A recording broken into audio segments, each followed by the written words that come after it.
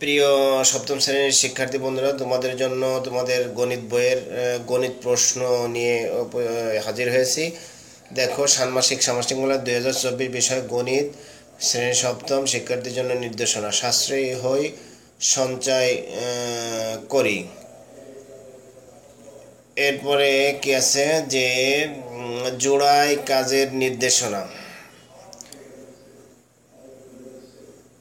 ধরো, তোমার বাসার জন্য একটি পড়ার টেবিল বানানোর চিন্তা করেছো।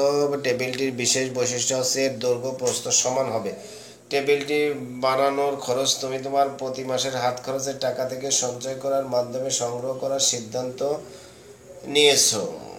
সঞ্চয়ের ক্ষেত্রে শর্ত হলো, প্রথম মাসে যত টাকা সঞ্চয় করবে দ্বিতীয় মাসে ঠিক তত গুণ টাকা সঞ্চয় করতে হবে এবং পরবর্তী প্রত্যেক মাসে আগের মাসের সঞ্চয়ের সাথে প্রথম মাসের সঞ্চয়ের টাকা গুণ করে যত টাকা হয় সেই পরিমাণ টাকা সঞ্চয় করতে হবে। এক্ষেত্রে বিষয়টি এমন যে প্রথম মাসে যদি তুমি 3 টাকা সঞ্চয় করো, তাহলে পরের মাসে তার 3 গুণ, অর্থাৎ 3 গুণ 3 3 স্কোয়ার 9 টাকা সঞ্চয় করতে হবে।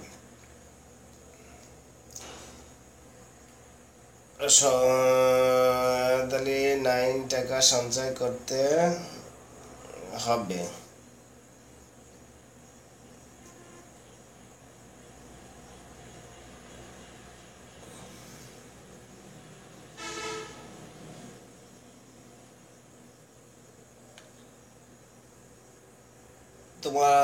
তোমরা সহপাঠীর সাথে আলোচনা করে তোমরা দুইজন প্রথম মাসে কত টাকা সঞ্চয় করবে তা ঠিক করে নাও।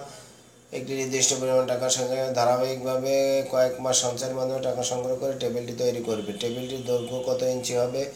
উক্ত টেবিলটি বানানোর সম্ভাব্য খরচ হিসাব করে প্রথম মাসে কত টাকা সঞ্চয় করবে এবং টানা কত মাস সঞ্চয় করবে তা জোড়ায় মাধ্যমে বিস্তারিত পরিকল্পনা। কিভাবে পরিকল্পনা করে কাজটি করবে তা উত্তরপত্রে ধাপে ধাপে বর্ণনা করে। এবার প্রত্যেকে নিজের খাতায় নিচের প্রশ্নের উত্তর লিখো। সঞ্চয়ের হিসাব ছক আকারে তৈরি লিখো। সংখ্যাগুলো কি ছকের মাধ্যমে হবে? পরিমাপে দক্ষতা বাড়ায়। দলগত কাজের নির্দেশনা। কাগজ কেটে একটি ত্রিমাত্রিক মডেল তৈরি করতে হবে যার দৈর্ঘ্য প্রস্থ উচ্চতা সমান থাকবে। দলগতভাবে কাজটি পরিকল্পনা করো এবং সবাই মিলে মডেলটি তৈরি করো। এবার প্রত্যেকে নিজের খাতায় নিচের প্রশ্নের উত্তরগুলো লিখে রাখো। তৈরিকৃত মডেলটি কী ধরনের? জ্যামিতিক আকৃতি চিহ্নিত করো। তৈরিকৃত মডেলটির আয়তন, একটি তলের ক্ষেত্রফল নির্ণয় করো।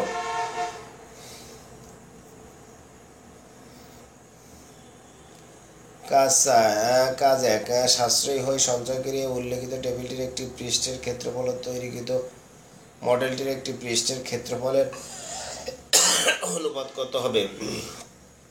কাজ 1, সাশ্রয়ী হয়ে সঞ্চয়কারী উল্লেখিত টেবিলটির সমগ্র পৃষ্ঠতলের ক্ষেত্রফলের সাপেক্ষে তৈরিকৃত মডেলটির ক্ষেত্রফলকে শতকরায় প্রকাশ করো।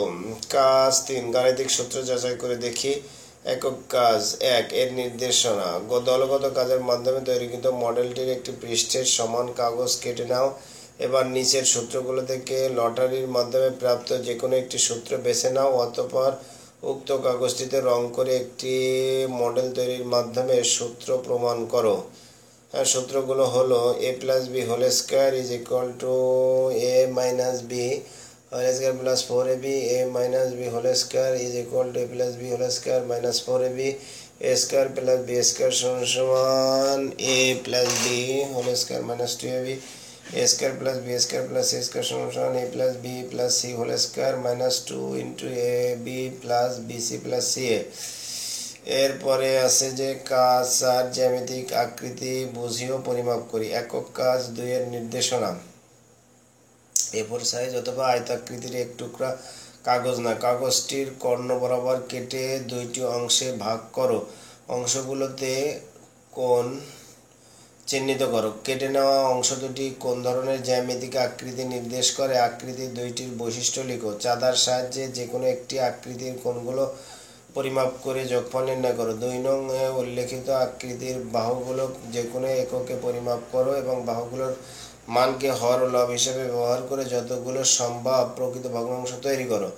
4, 3 নং প্রাপ্ত প্রত্যেকটি প্রকৃত ভগ্নাংশের 3টি করে গুণিতক নির্ণয় করো।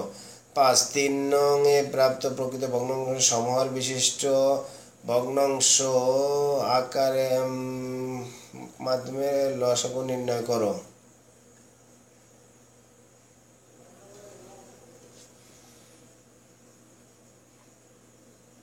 রূপান্তরের মাধ্যমে লসাগু নির্ণয় করো। ভগ্নাংশের রূপান্তরের মাধ্যমে লসাগু নির্ণয় করো।